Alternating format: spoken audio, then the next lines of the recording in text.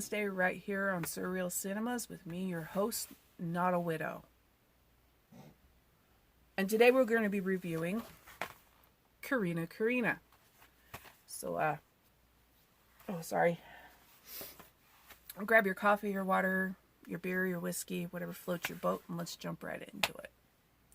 So Corina is a 1994 movie starring Ray Liotta and Whoopi Goldberg. This is a PG version that I watched. It was nominated for 3 awards. I don't remember what they were. Sorry. But a quick IMDb search will pull that up for you. So you have a man and a daughter, and the movie opens at the man's wife's funeral, which is sad in and of itself. So he goes through this huge thing. He's got to go back to work because of the trauma that this child has now endured. She won't speak. She just shut down. That's what trauma will do to you sometimes, especially when you're that young and that little. So he goes through this whole long thing of finding a babysitter that kind of reminds me of Mrs. Doubtfire. Like, these people are just awful.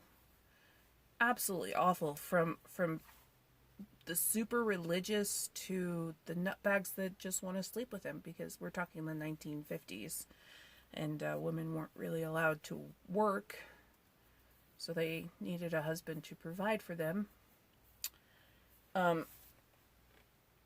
So Ray Liotta's character has absolutely no idea what to do with this child, this Molly. This child's name is Molly.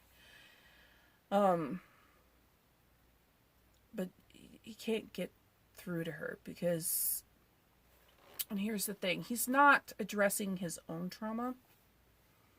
He's not modeling the ability to get past this sort of trauma in a healthy way. So the child doesn't know what to do. She's only 5 or 6. So, you know, if he were to address his own hurt, to hell, even just break down and cry, it would show this child that these feelings are okay and natural and normal. So in comes Whoopi Goldberg's character, Corina. And he's hesitant to hire her because she's African American. And again, we are talking the 50s. So he doesn't necessarily want to hire her. But really, she's the best that he's come across. So he hires her, and you know, she starts off real light with this kid. Real light. Just, you know, you don't want to talk, that's fine. But I do kind of need some answers from you. So, you know, if your answer is no, just sit there and do nothing. But if you want to say yes, just tap your nose. So she's able to get Molly to start communicating with her in some sort of way, which she doesn't tell Ray Liotta's character about at all, which causes some miscommunication between the two. It's kind of like co-parenting, how when one parent will say something but not mention it to the other parent, so the other parent will take it wrong or try to correct a behavior that they seem to think is abnormal. So Ray Liotta's character asks Molly a question, and she taps her nose, and he swats at her and goes, "Don't hit your nose, honey." But really what she was trying to say was, yes, I would like that. I think he asked her if she wanted some cocoa. And that is just a miscommunication thing. And you see that a lot in divorced parents nowadays. You see a lot of things in divorced parents nowadays. They don't always handle co-parenting correctly.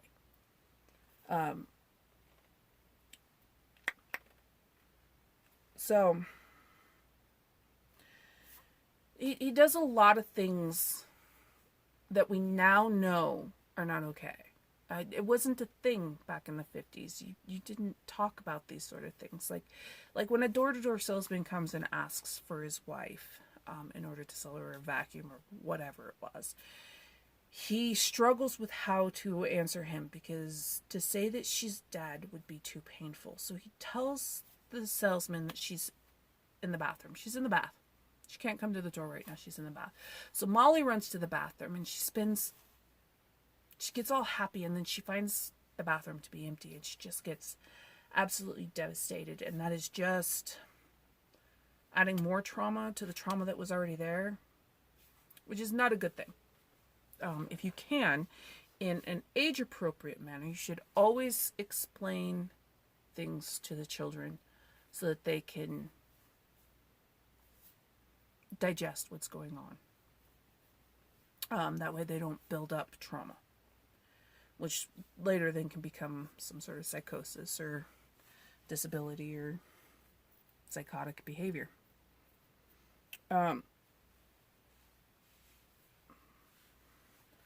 So you have the dad who doesn't know how to handle his own grief, let alone his daughter's grief.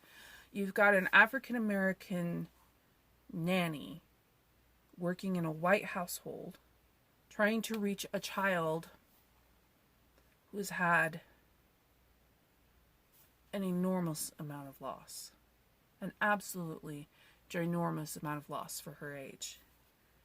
And it makes for an interesting family dynamic.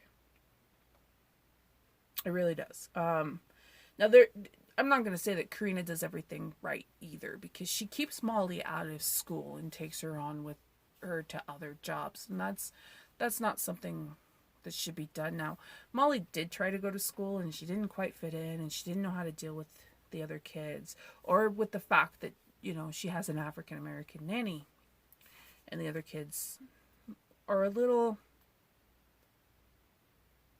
I don't really want to use the word racist here, because they're not.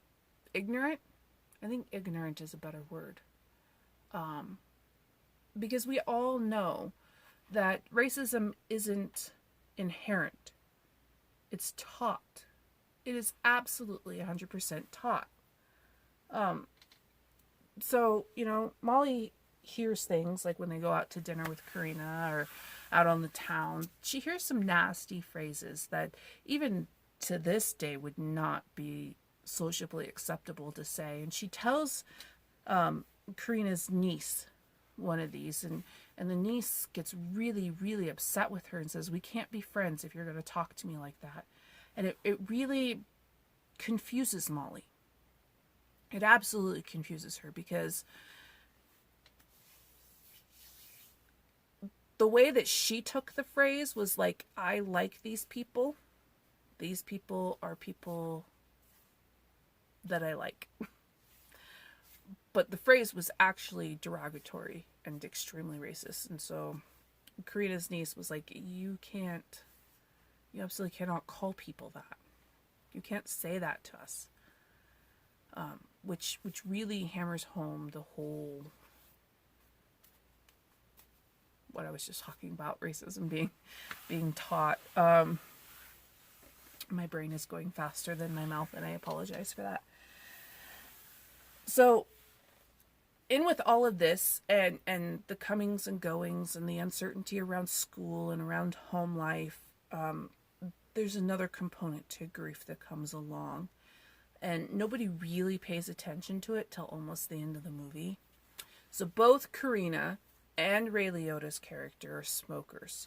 But this is about the time when the Surgeon General started coming forward and releasing all of the studies and tests, and finally owning up to the fact that cigarettes can cause cancer, and that most people will die from the cancer. That, I think they said 9 out of 10 adult males die from lung cancer from smoking cigarettes.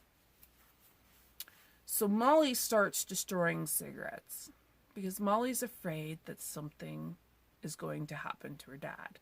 And it starts off really small, a pack here, a pack there. But when Corina opens up about what happened to her husband, Molly asked her, when she was finally able to talk, Corina got her to talk. Molly asked her if her husband had died too. And Corina looked at her and goes, "No, not really. He just One day you went out for a pack of cigarettes and never came back. And so that really emphasized and pushed that trauma that she might lose her dad a little bit further. So she started stealing cartons of cigarettes at a time. You don't really see what she does with them until the end. And Ray Liotta character and Corina's character think each other are doing it. So it causes a little bit of trauma and grief in that relationship, which is coming along nicely at this stage. At one point, Ray Liotta's character even Molly did something and Corina corrected her behavior, and Ray Liotta's character, without even thinking about it, looked at her and goes, "Listen to your mother." And that made Molly really excited that she might have a mom again. And so Molly's working to push them together. Meanwhile, Ray Liotta's parents are setting her up with this god-awful woman. Just really toxic, really, I mean, she means well, but not really kind of person, you know? You know those kind of people. We've all had those kind of people in our lives.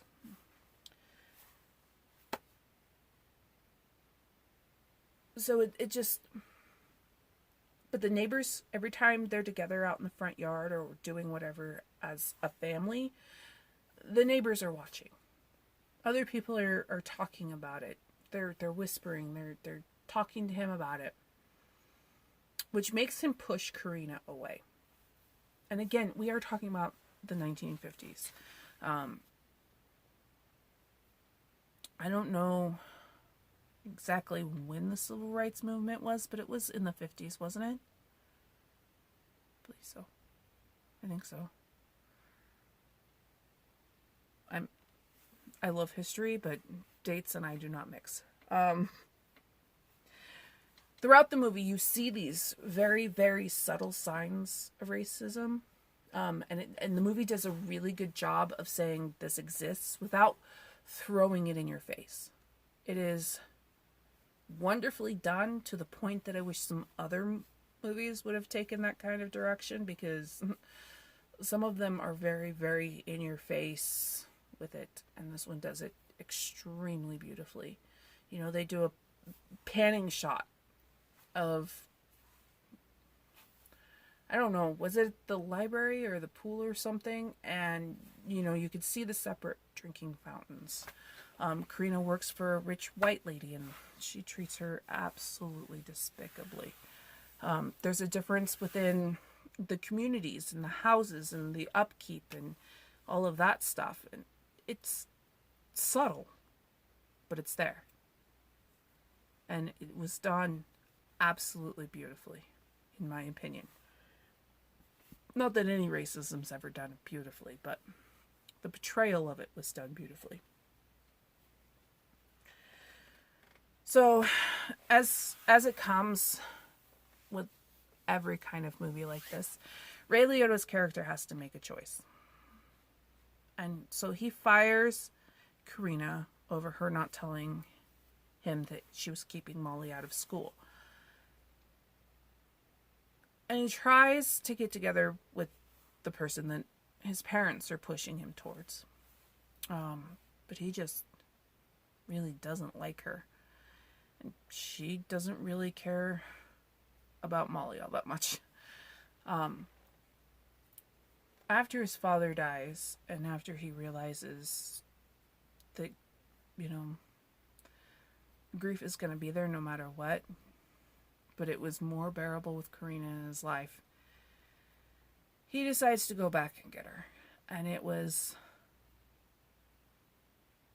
again wonderfully done, because the sister was also racist against white people, which is a side of this whole thing that is rarely talked about. Now, granted, given the time frame that this was supposed to be held in, it's absolutely, I don't really want to say okay, but understandable for the African Americans to be kind of leery or misguided or even resentful of the white people.